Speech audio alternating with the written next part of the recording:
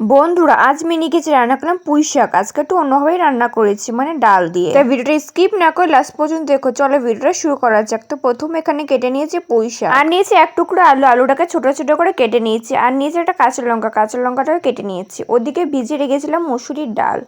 আর নিয়েছি এখানে মশলার মধ্যে নিয়েছি পোস্ত আর বাদাম বাটা। আমি কিন্তু এখানে কাজু বাদাম দিয়েছি, তোমরা চাইলে এমনি কাঁচা বাদামও বেটে দিতে পারো। বেশ, আমার সবকিছু বাটা হয়ে গেছে আর কাটাকাটি হয়ে গেছে। বেশ, এবার রান্না শুরু করার পালা। তো প্রথমে উনুনটা ধরিয়ে কড়াইটা বসিয়ে দিলাম। কড়াই দিলাম সামান্য পরিমাণে তেল।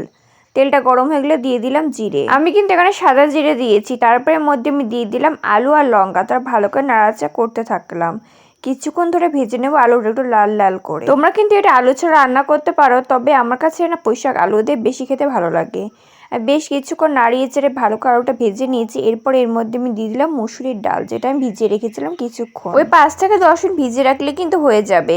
এবার ভালো করে নাড়াচাড়া করে দিলাম। তারপর তার মধ্যে আমি সামান্য পরিমাণে জল, যাতে ডালটা তলায় লেগে না যায়।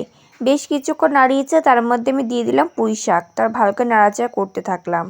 আর তার মধ্যে দিলাম সামান্য পরিমাণে লবণ। পুঁই শাক আর ডালটা তাড়াতাড়ি সিদ্ধ হয়ে যায়, তার জন্য সামান্য পরিমাণে লবণ দিয়ে ভালো করে নাড়াচাড়া করতে থাকছিলাম। বেশ কিছুক্ষণ নাড়াচাড়া করার পরে এর মধ্যে আমি দিয়ে দিলাম মশলার মধ্যে দিয়েছি পোস্ত আর বাদাম বাটা। তোমরা কিন্তু চাইলে পোস্তর বদলে এখানে আদা বাটাও দিতে পারো, তোমাদের যার যেমন ইচ্ছা।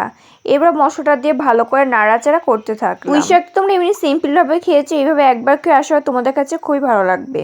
আমার তো খুবই ভালো লাগে এইভাবে পুঁই শাক খেতে। আর বেশ কিছুক্ষণ নাড়াচাড়া করার পর এর মধ্যে দিলাম সামান্য পরিমাণে হলুদ। তার ভালো করে নাড়াচাড়া করতে থাকলাম। এখানে কিন্তু পুঁই শাক আলুটা বেশ অনেকটা পরিমাণে সিদ্ধ হয়ে গেছে, তাই এর মধ্যে আমি দিয়ে দিলাম পরিমাণ মতো জল।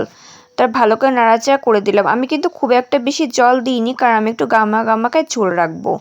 তার মাঝে আবার কিছুক্ষণের জন্য ঢেকে দিয়েছিলাম। তারপর ঢাকনা তুলে ভালো করে নাড়াচাড়া করে দিলাম। তোমরা যদি যা হালকা একটু ঝোল রেখো, তবে আমার ঝোল ভালো লাগে না, তাই আমি কিন্তু ঝোল রাখিনি। আমার কাছে গামাখাই বেশি ভালো লাগে। এর মধ্যে কোনো আমি কিন্তু লঙ্কার গুঁড়ো দেবো না। আমি কিন্তু একটা কাঁচা লঙ্কা দিয়ে রান্না করব। আমি ভালো করে নাড়াচাড়া করছিলাম। তোমরা দেখতেই পাচ্ছ ঝোলটা কিন্তু অনেকটা পরিমাণে শুকিয়ে গেছে। আমি আরেকটু টানিয়ে নেবো, যতক্ষণ না পর্যন্ত নিজের পছন্দ মতো ঝোল চলে আসে। দেখো একদম গামাখা হয়ে গেছে। বেশ, আমি কিন্তু এইটুকুই রাখবো। তো এবার নাড়িয়ে নামিয়ে রেডি হয়ে যাবে পুঁই শাক। এটা কিন্তু খেতে খুবই ভালো লেগেছিল। তোমরা ওদের বাড়িতে ট্রাই করতে ভুলো না। রেসিপিটা কেমন লাগলো কমেন্ট করে জানিও। আর ভিডিওতে লাইক করে চ্যানেলটি সাবস্ক্রাইব করে দিও। বাই।